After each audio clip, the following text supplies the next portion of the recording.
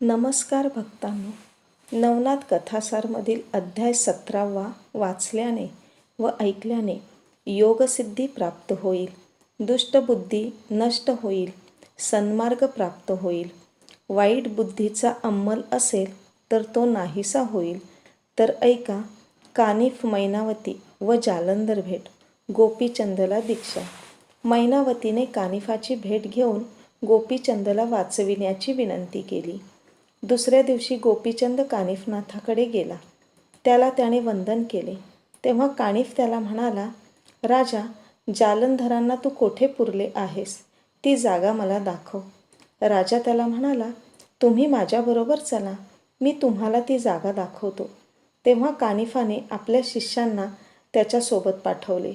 त्याचे शिष्य राजासमवेत जाऊन ती जागा पाहून आले. तेव्हा कानिफाने मुद्दामच राजाला विचारले, राजा, गुरु जालंधरनाथांना बाहेर कसे काढावयाचे?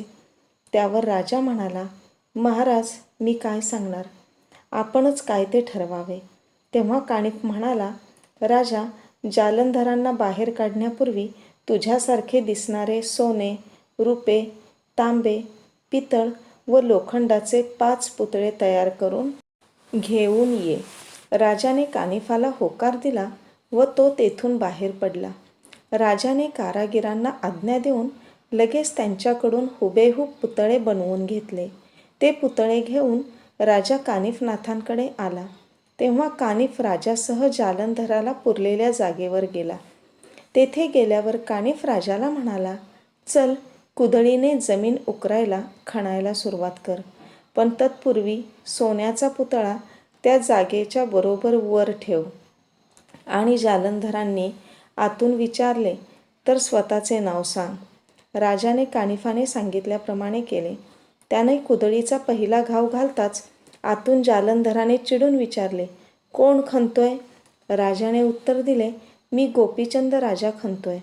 हे उत्तर राजाने देताच तेथे ठेवलेला सोन्याचा पुतळा जळून राख झाला. राजा घाबरला, पण कानिफाने त्याला रुप्याचा पुतळा ठेवून परत खणायला सांगितले. तोही पुतळा जळून राख झाला. त्याप्रमाणे तांबे, पितळ व लोखंड यांचे पुतळे देखील जळून राख झाले. कानिफाने त्यानंतर राजाला जवळ बोलावले. त्याला सांगितले, आता जेव्हा तू कुदळीचा घाव घालशील तेव्हा कोण म्हणून विचारल्यावर तू उत्तर देऊ नकोस. तुझ्याऐवजी मी उत्तर देईन. 5 वेळा गोपीचंद राजाचे भस्म करण्याचा प्रयत्न केला तरी तो मेला कसा नाही, याचे जालंधराला मोठे आश्चर्य वाटले. आपला शाप नेहमी खरा ठरतो असे असतानाही हा मेला नाही, याचा अर्थ प्रत्यक्ष परमेश्वरच त्याचा पाठीराखा आहे. आता जर तो समोर असला तर तो चिरंजीव होईल. कानिफानेही चिरंजीव मंत्राचे भस्म राजाच्या कपाळावर लावून त्याला खणण्यास सांगितले. राजाने कुदळीचा परत घाव घातला. तेव्हा जालंधराने विचारले, अजून कोण कुदळ मारतोय? तेव्हा ठरल्याप्रमाणे राजाऐवजी कानिफाने उत्तर दिले, गुरुजी, तुमचा शिष्य कानिफ बोलतोय. मी गोपीचंद राजाला घेऊन आलोय. मला तुम्हाला भेटण्याची खूप आस लागली आहे, म्हणून मी राजाला जमिनीत उकरायला सांगितले आहे. कानिफाचे शब्द ऐकून जालंधराला खूप आनंद झाला. त्यालाही आपल्या शिष्याला भेटण्याची उत्कंठा होतीच. त्यामुळे त्याचा राग कोठच्या कोठे पळून गेला. तो शांत झाला आणि त्याने गोपीचंद राजा चिरंजीव हो असा आशीर्वाद दिला. राजाला आनंद झाला. त्याने लगेच सेवकांना बोलावले. त्यांना जमीन खणण्याची आज्ञा दिली. 11-12 वर्षात जमीन खूपच घट्ट झालेली होती. बऱ्याच वेळानंतर एका सेवकाचा घाव वज्रास्त्रावर पडला. त्यामुळे खण आवाज आला. तेव्हा जालंधराने सर्वांना खणायचे थांबायला सांगितले. त्याने आतूनच इंद्रास्त्राचा प्रयोग करून वज्रास्त्र मोकळे केले आणि आपण होऊन त्या विहिरीच्या बाहेर आला. जालंधर विहिरीबाहेर येताच कानिफ व जालंधर अतिशय प्रेमाने त्याला भेटले. जालंधराला गोपीचंदने जेव्हा साष्टांग नमस्कार घातला तेव्हा जालंधर त्याला म्हणाला, राजा, माझ्या शापाने तू कधीच मेला असतास, पण कानिफामुळे तू वाचला आहेस. आता सूर्य चंद्र असेपर्यंत तू अमर राहशील. जालंधराने कानिफनाथ, मैनावती व गोपीचंदाचे सांत्वन केले. तो पुढे राजाला म्हणाला, राजा, आता येथून पुढे कसे जगायचे आहे ते तूच ठरव. तुला हे नश्वर राज्य व भोग भोगायचे आहेत की वैराग्याचा मार्ग पत्करायचा आहे, हे तुझे तूच ठरव. हे राज्य आणि ही संपत्ती सुखाची वाटत असली तरी ती क्षणिक आहे. जे जे दिसते ते ते सगळे विनाशी आहे.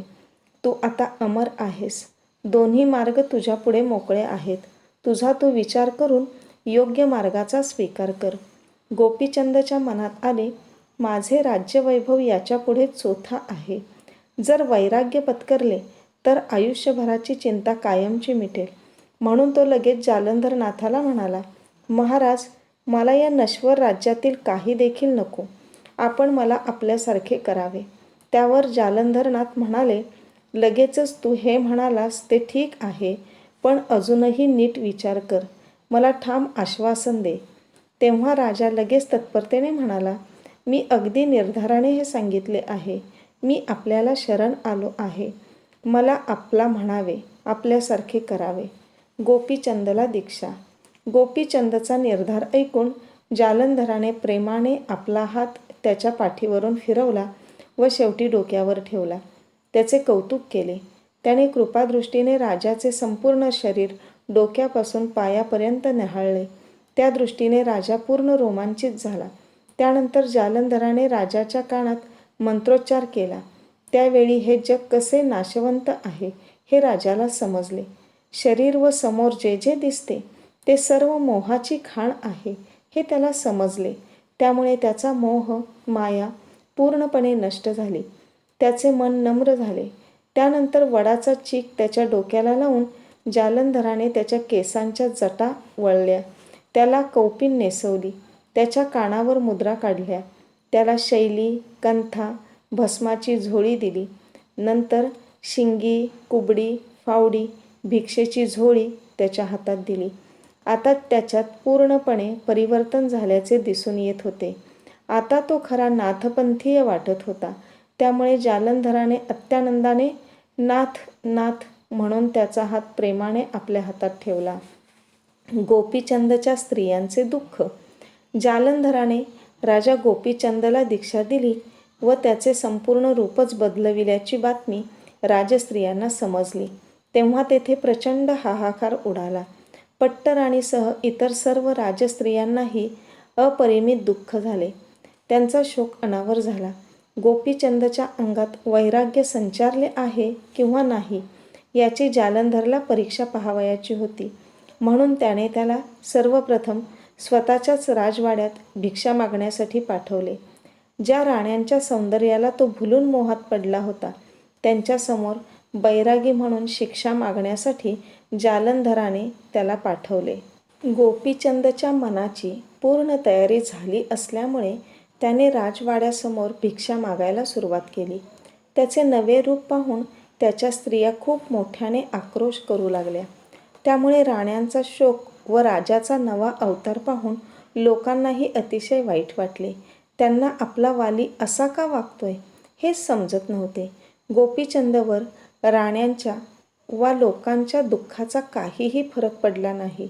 तो गुरुची आज्ञा पाळण्यासाठी हे सर्व करत होता. त्याचा निश्चय पाहून पट्टराणी लुमावंतीसह इतर सर्व स्त्रिया त्याच्याजवळ गोळा झाल्या. त्या त्याला म्हणाल्या, तुम्ही आमच्याशी आता संसार करणार नसलात तरी चालेल, परंतु सदैव आमच्या डोळ्यांसमोरच राहा. आम्ही तुम्हाला एक पर्णकुटी बांधून देतो. त्यात तुम्ही राहा, म्हणजे रोज तुमचे दर्शन तरी आम्हाला होत जाईल. आम्ही तुम्हाला अजिबात कोणताही त्रास देणार नाही. आम्ही तुमची अखंड सेवा करत राहू. राणीच्या या बोलण्याकडे राजाचे बिलकुल लक्ष नव्हते. राजाने आपल्या हातातील कुबडी त्यांच्यावर उगारून खूपच जवळ आलेल्या राण्यांना दूर लोटले. राजाची त्यांना खूप काळजी वाटत होती. त्यांनी त्याला अनेक प्रश्न विचारले. तुम्ही एकटे कसे काय राहणार? तुमच्याशी कोण बोलणार? माझी ही शिंगी आणि कुबडी माझ्याशी बोलतील. तुम्हाला आसन कोणते? तुम्ही अंथरूण काय घेणार? जमीन हेच माझे आसन आणि अंथरूण आहे. आणि पांघरूण, आकाशाचे पांघरूण मी घेणार आहे. तुमची सोबत कोण करणार? कुबडी फावडी हे माझ्या सोबतीला कायम असतील. तुम्ही थंडीपासून स्वतःचे रक्षण कसे करणार? मी धुनी पेटवून थंडीपासून स्वतःचे रक्षण करेन. तुमची सेवा चाकरी कोण करणार?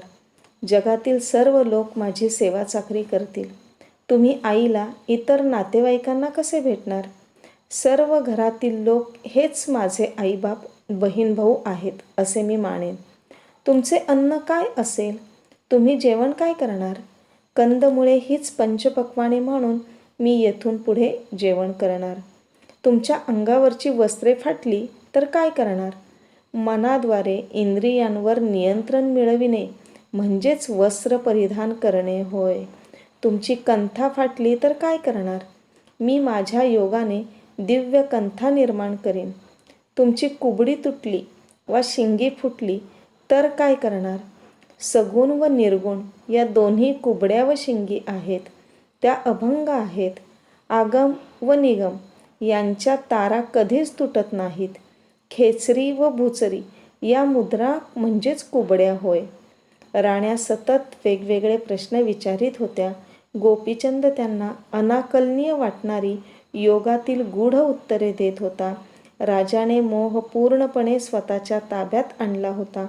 पुन्हा त्याने भिक्षा मागितली तेव्हा भिक्षा देण्याऐवजी राजस्त्रिया रडू लागल्या आणि त्याच्या अधिकाधिक जवळ येऊ लागल्या. तेव्हा राजाने फावडे उगारल्याने त्या परत थोड्याशा मागे हटल्या. एव्हाना पुत्राचा कानोसा मैनावतीने केव्हाच घेतला होता. तीच शिजवलेले अन्न घेऊन बाहेर आली आणि तिने त्याला भिक्षा वाढली. संन्यासिनी आई व विरक्त भिक्षेकरी राजा हे अवर्णनीय दृश्य होते. आईने वाढलेली भिक्षा घेऊन राजा जालंधरकडे गेला. जालंधराने कानिफ, गोपीचंद व मैनावती यांच्याशी नाथपंथातील योगविद्येसंबंधात 3 दिवस प्रदीर्घ सविस्तर चर्चा केली. जालंधरने गोपीचंदला चांगला उपदेश केला. त्याला शेवटी जालंधराने सांगितले, राजा, हा देश आता तू सोड. बद्रिकाश्रमात जा. लोखंडाच्या काट्यांवर तेथे तू उभा राहून 12 वर्षे तप कर. राजाने जालंधराची ही आज्ञा देखील शिरसावंद्य मानली. तो राजवैभव सोडून बद्रिकाश्रमात जायला निघाला. या वार्तेने राज्यातील सर्व जनता खूप दुःखी झाली. त्यांना आपला राजा परत पाहायला मिळतो की नाही याची शाश्वती नसल्यामुळे सर्वजण हेलापट्टणच्या सीमेवर राजाला सोडविण्यासाठी गेले. त्यामध्ये जालंधर, कानिफ, राजाचा प्रधानमंत्री, वेगवेगळे अधिकारी, लहान थोर सर्व नागरिक, सेवक आदी लोक होते. राजा गोपीचंद संन्यास घेऊन बद्रिकाश्रमात गेल्यानंतर मंत्र्यांनी लुमावंतीचा पुत्र मुक्तचंदला राज्य दिले. जालंधरने त्याला अभिषेक घातला. राजाच्या सर्व मंत्र्यांना व सरदारांना त्याने योग्यतेप्रमाणे वस्त्रे व भूषणे देऊन त्यांचा यथायोग्य गौरव केला. सर्व स्त्रियांना, मंत्र्यांना मुक्तचंदच्या आज्ञेत राहण्यास सांगितले. गोपीचंदप्रमाणेच मुक्तचंदाची व्यवस्थित काळजी घेण्यास त्याने मैनावतीला सांगितले. जालंधर, कानिफ व त्याचे सर्व शिष्य राज्याची घडी नीट बसवेपर्यंत तेथे राहिले. हा म्हणता 6 महिने पूर्ण झाले. जय अलख निरंजन.